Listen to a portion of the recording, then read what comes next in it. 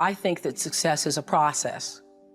And I believe that my first Easter speech in the Kosciuszko Baptist Church at the age of 3.5 was the beginning. And that every other speech, every other book I read, every other time I spoke in public was a building block.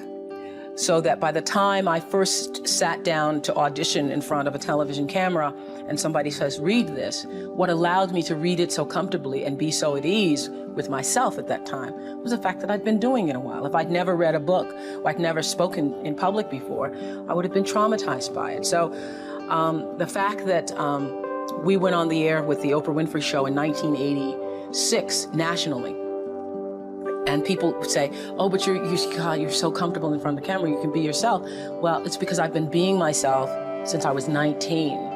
And I would not have been able to be as comfortable with myself had I not made mistakes on the air and been allowed to make mistakes on the air and understand that it doesn't matter. You know, there's no such thing to me as an embarrassing moment. No such thing. If I tripped and fell, if my bra strap showed, if my slip fell off, if I fell flat on my face, there's no such thing as an embarrassing moment, because I know that there is not a moment that I could possibly experience on the air that somebody else hasn't already experienced.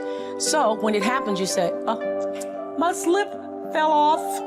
And it's no big deal. I mean, like, I was on TV the other day and somebody says, oh, Oprah, you have a run. Have you not seen a run before in your life? Well, I get them too, let me tell you.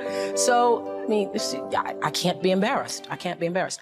Now, when I first started out, that was not true, because I was pretending to be somebody I was not. I was pretending to be Barbara Walters. So I'd go to a news conference and I was more interested in how I phrased the question and how eloquent the question sounded, as opposed to listening to the answer.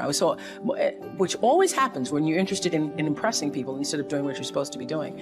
And it took me a while. It took me messing up on the air, during a live newscast. I was doing a list of foreign countries, and there was all these foreign names, and then Canada was thrown in, and I called Canada, Canada. And I got so tickled that I called Canada. I go, that wasn't Canada, that was Canada. Excuse me, that wasn't Canada, that wasn't Canada, that was Canada. And then I started laughing. Well, it became the first real moment I ever had. And the news director later said to me, well, if you do that, then you should just keep going. You shouldn't correct yourself and let people know. Well, I know, well, who's ever heard of Canada? So that was, for me, the beginning of realizing that, oh, you can laugh at yourself and you can make a mistake, and it's not the end of the world. You don't have to be perfect. And biggest lesson for me for television, because then it didn't matter. It didn't matter. Oh, sorry, bra strap showing.